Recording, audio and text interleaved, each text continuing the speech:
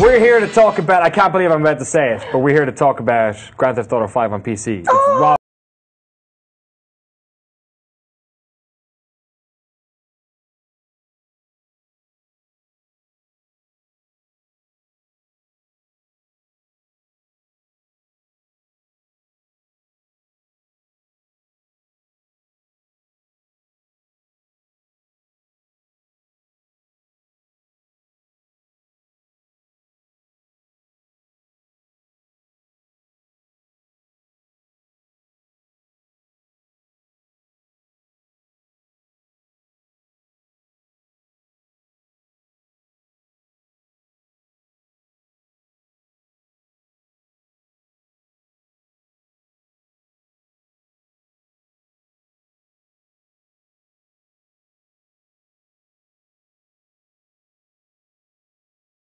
We walked around punching people, looking to see if there was anyone the same, and they look different. But so it's not like a huge difference from console, is what I was saying. And it's not that it looked bad. I mean, it looks fantastic. And there's things that you're naturally going to notice. You know, I think like the draw distance is bigger, and the textures look better. I think the lighting looks better, but it wasn't a huge difference. And like you said, they're like sliders for like density in terms of pedestrians, in terms of like traffic as well, draw distance. So one of the big ones was I went actually just recently and tweaked with it a little more to see if I could get more out of it, because we were playing on just normal texture quality, and you could really tell it wasn't comparable to the Xbox One or PS4. Oh, really? Like it looked like an older gen. So you cranked that up? So I cranked. What it is, there's something also called population variety. Right. So I cranked that like pretty much all the way to 0. Great, just white guys. Right. All over the place. Whole place. It looked like Congress. Exactly.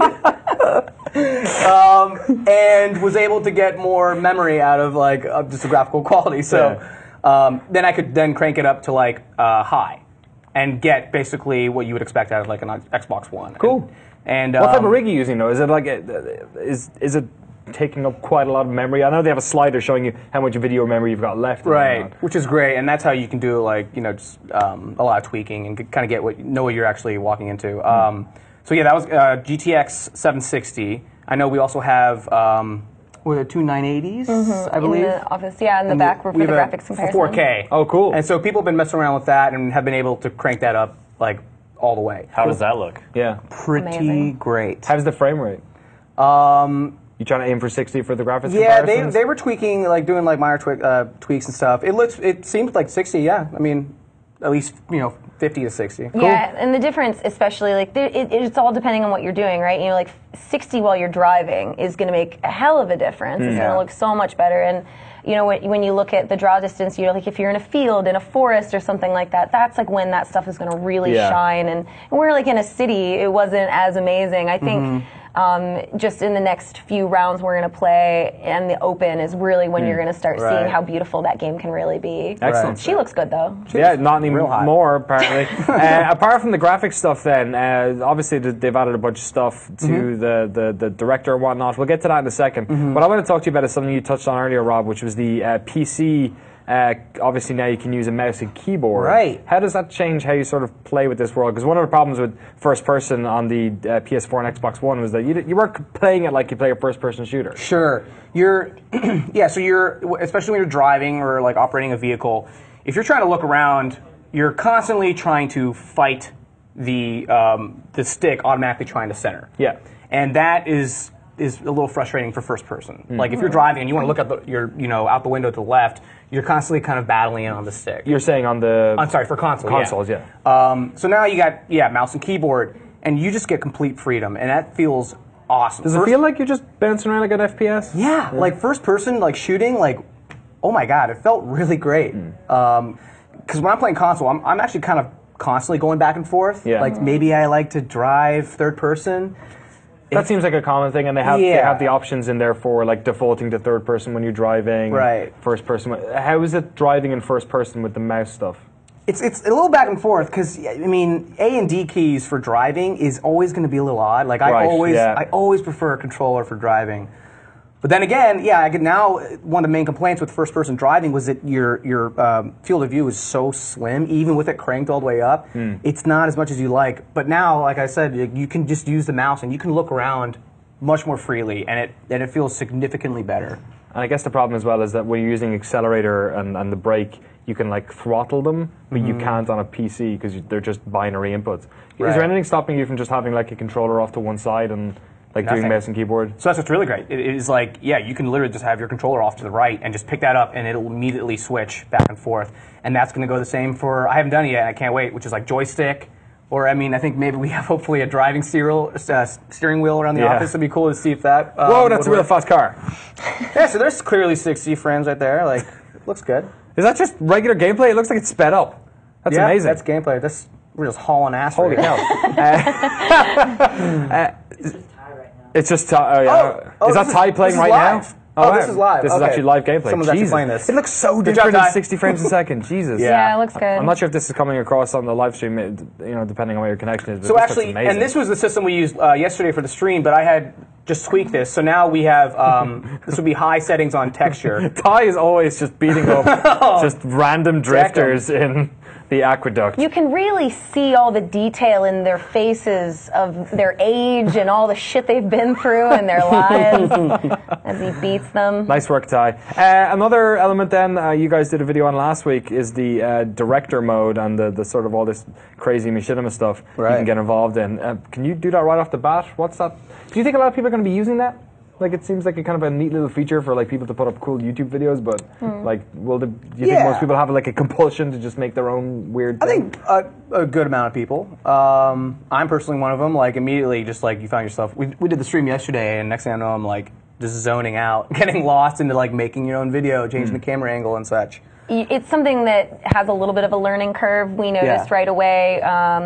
He was just pushing all these buttons, and I was like, I have no idea what you're doing right now. You're going to have to explain. It turns out neither of us knew what we were talking about. But you learn. I think it's the kind of thing where you're going to spend 4 or 5 hours just kind of getting into it, figuring out what it is you actually want to make. This is us kind of tinkering with it for the very first time yesterday, and it's interesting. You make these little pieces, the markers in the footage that you've captured, and then for each of those markers, you have just so many options from what angle you want. If you want it slowed down, if you want to put an Instagram filter on there, and it was so good. Like, we were looking for people who were like, well, how do we get the angle just right on how you clipped that woman's ankle and flipped her over 6 times, and but I mean, it went so fast. I think we spent 40 minutes easily on a 20-second clip. Really? And it's not even a great clip. It's just no, it's not. It's just stupid. Look at the clip, this lady. Oh, yeah.